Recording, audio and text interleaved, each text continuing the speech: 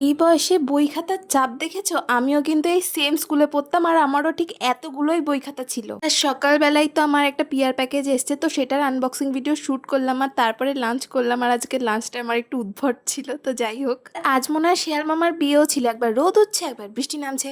তো যাই হোক, তারপরে আমি একটা ভিডিও করব বলে ঠিক করলাম। আর ভিডিও করতে সবে বসেছি, চোখে কারেক্টার পর্যন্ত লাগানো হয়ে গেছে, ভাবতে পারছো? ঠিক তখনই একটা কল আসলো যে ম্যাডাম আপনার একটা পার্সেল আছে।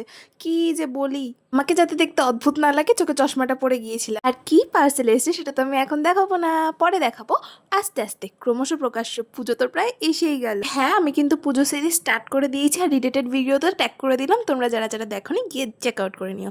তারপরে ফ্রেশ হয়ে স্নান করে আবার যেখানে পড়াতে গেছি সেখানেও আমার একটা পার্সেল এসেছিল। এই ম্যাডামকে বলেছিলাম যে তোর একটা ভিডিও বানিয়ে সবাইকে দেখিয়ে দেবো, যে তুই একদম কথা শুনিস না। আর আমার এই কথাগুলো এবার ভিডিও করেছে, এমন দুষ্টু। তো যাই হোক, দুজনকে পরপর পড়ালাম, বাড়ি এসে আমার করা একটু ভিডিওটা একটু চেক আউট করলাম। আর জানি না কেন নিজের ভিডিও দেখে নিজের পরে হাসি পায়। তো চিড়ের পোলাও দিয়ে ডিনার করলাম। সো ইয়া, আজ আসি, টাটা।